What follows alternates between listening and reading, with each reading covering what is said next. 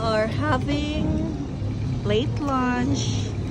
Late lunch kami dito sa Bombara Seafood. Yeah, Cassie? So, what is Cassie eating? Bread? What else? Onion ring. What is that? What do you call that? Onion ring. No, that's not onion ring. That is calamari ring. And what is... Anong kinakain ni Tita Dardar? Wow, si Tita Dardar, grabe naman yan. Big ano naman si Tita Dardar. Ano meron kay Tita Dardar? And Tita Burby is having fish and chips. She's having. What? She's having. Fish and Kasi your chips. bread fell. And also the sirdo. There. Daddy. Oh, kumakain din si Daddy. Anong kinakain mo, Daddy? Fish and chips, calamari. Fish and chips calamari. Yeah, it's yummy. Yeah? At hindi cloudy lang, hindi naman maulan dito at masarap yung food. Natanong ko sa atin kung anong gusto ko eh. Ang dami-dami na ito.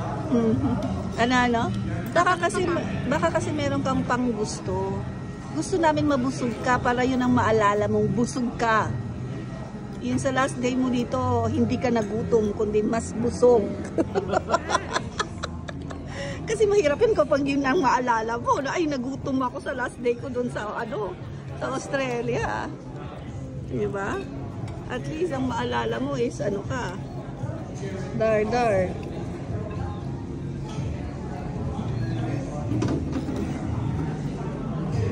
Nakita mo meron ng parachute? Nakita mo ba?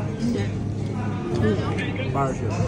Gusto pa naman ni Dardar Boobs mag-paragliding daw. Sabi niya, tandem paragliding. How much? Yun, Bling? 270. Oh, yun yung goal? Pagbalik? Okay. Pero meron kasing weight, Wala ba? Grabe yan. Meron daw. Ano? Wala instructor. Siya lang. Ikaw lang. 150. Wow. Basta walang mura daw na yun.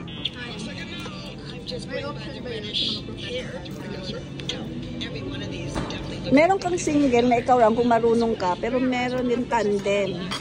Kasi, you eat your food, don't stop, don't just watch that. Okay? Alright, so far, so good naman yung food nila dito. Later,